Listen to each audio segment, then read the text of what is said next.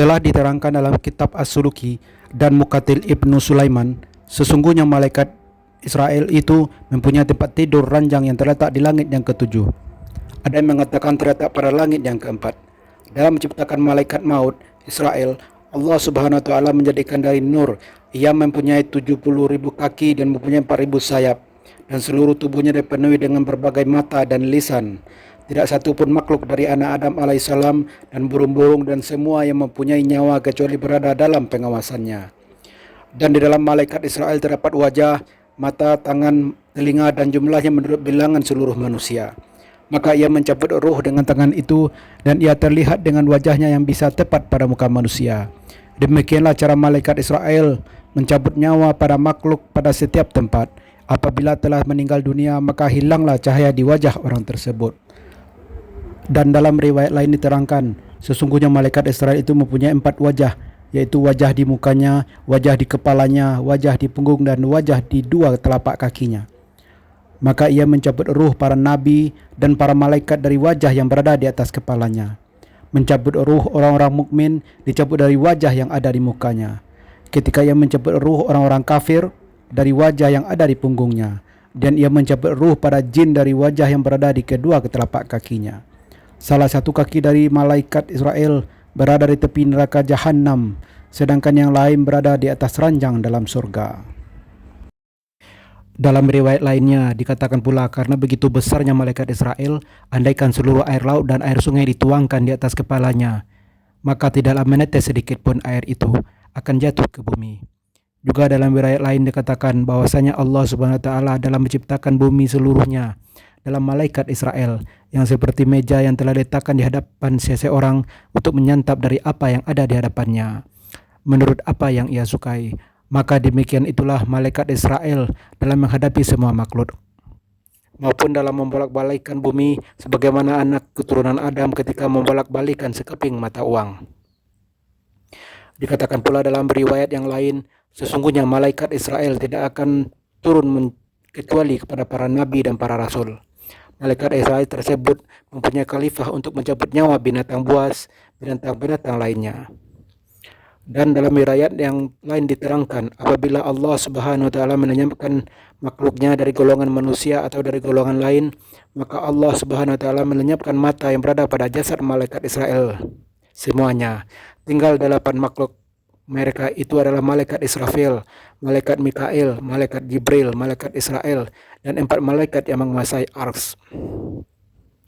Adapun cara mengetahui ajal seseorang, maka sesungguhnya malaikat Israel apabila telah datang kepadanya catatan mati dan sakit bagi seseorang, kemudian ia berkata, "Wahai Tuhanku, kapan aku harus mencabut ruh seorang hamba tersebut, dan bagaimana caraku untuk mencabut ruhnya?" Kemudian Allah Subhanahu wa taala berfirman, "Wahai malaikat maut, itu adalah ilmu gaibku. Tidak akan tahu tentang ilmu tersebut selain aku. Akan tetapi aku akan beritahukan kepadamu tentang kedatangan waktunya.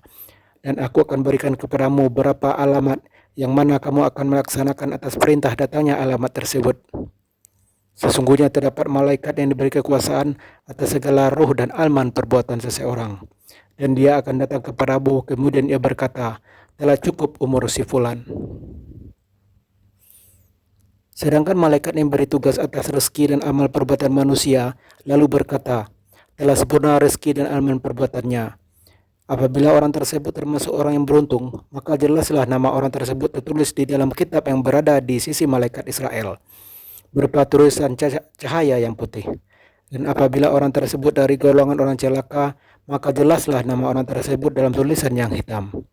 Lalu tidaklah sempurna pengetahuan malaikat Israel, sehingga ia kejatuhan daun dari pohon yang berada di bawah ars, yang mana telah tertulis dalam daun itu nama orang yang waktu itu harus dicabut ruhnya. Telah diterangkan dalam hadis yang diriwayatkan oleh Ka'ab al-Akbar, sesungguhnya Allah Subhanahu wa taala telah menciptakan sebuah pohon di bawah ars. Sedang di atas pohon tersebut terdapat daun-daun yang jumlahnya sebanyak makhluk.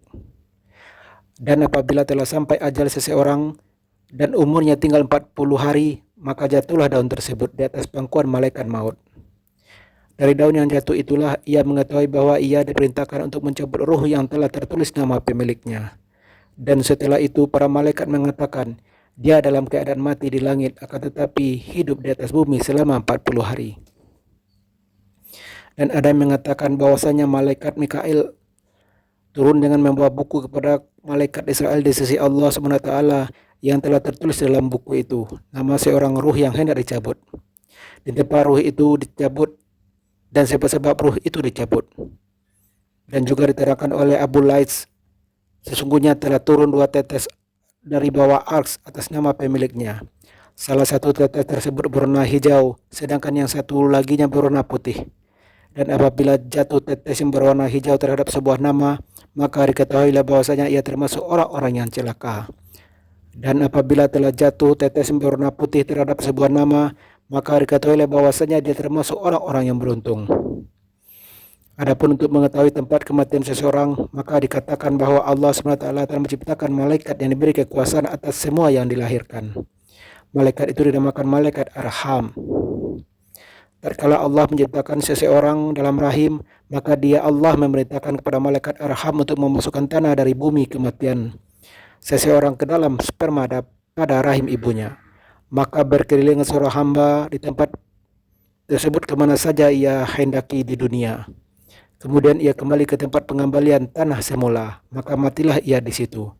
Hal ini sesuai dengan firman Allah Subhanahu wa taala dalam firman surat Ali Imran ayat 154 yang artinya, katakanlah sekiranya kamu berada di rumahmu, niscaya orang-orang yang telah ditakdirkan akan mati terbunuh itu keluar juga ke tempat mereka terbunuh.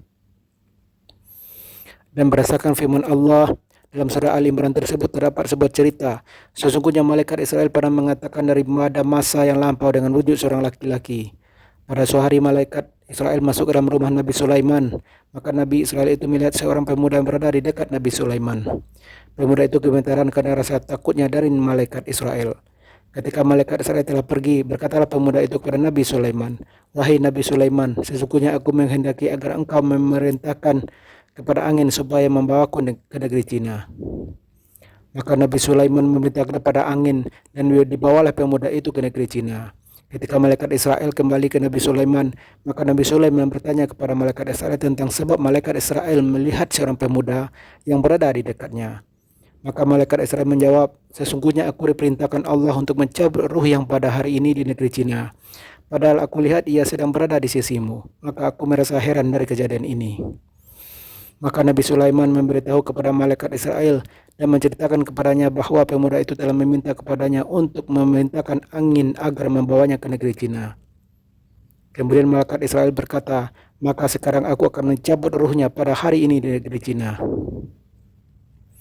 Dan juga diterangkan dalam riwayat lain, sesungguhnya malaikat Israel itu pembantu-pembantu yang sama berdiri di hadapan seseorang ketika malaikat Israel itu hendak mencabut nyawanya.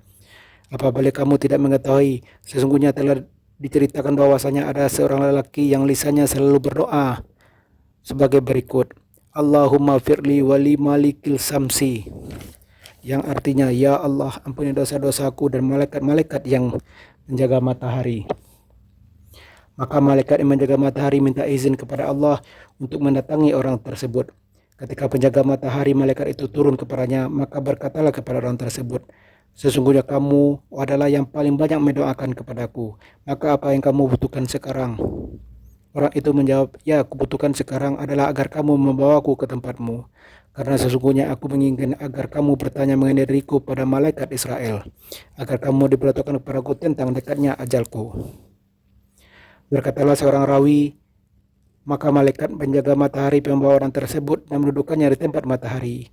Kemudian pergilah malaikat menjaga matahari itu kepada malaikat Israel dan menjelaskan kepadanya, sesungguhnya ada seorang anak Adam yang pada lisannya selalu berdoa dan mengucapkan pada setiap sholat, "Allahumma firli wal malikil samsi," dan dia meminta kepadaku agar aku memohon kepadamu agar mau memberitahukan kepadanya kapan ajalnya tiba, agar ia bisa mempersiapkannya.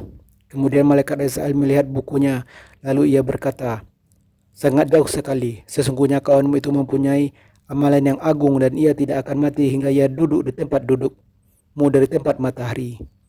Maka berkatalah malaikat yang menjaga matahari itu, "Benar, ia telah duduk di tempatku dari matahari." Kemudian malaikat Israel berkata, "Dia akan mati dengan tangan utusan-utusanku yang di tempat itu, dan mereka sama tidak mengetahuinya. Dan diterangkan dalam sebuah hadis Nabi Muhammad SAW, beliau bersabda bahwasanya ajal semua binatang itu terletak dalam zikir Allah Subhanahu wa taala, dan apabila mereka meninggalkan zikir kepada Allah, maka Allah akan mencabut ruhnya, dan tidak ada urusan apapun bagi malaikat Israel. Dan telah dikatakan sesungguhnya Allah Subhanahu wa taala adalah zat yang mencabut beberapa ruh. Hanya saja hal itu telah dipasrahkan oleh orang kepada malaikat Israel, sebagaimana disandarkan mati kepada orang yang membunuh, dan mati disebabkan karena sakit. Hal ini telah terangkan dalam firman Allah dalam surah Az-Zumar ayat 42 yang berbunyi, Allahu yatawaffal anfusu hina mautiha. Artinya Allah memegang jiwa orang-orang yang ketika matinya.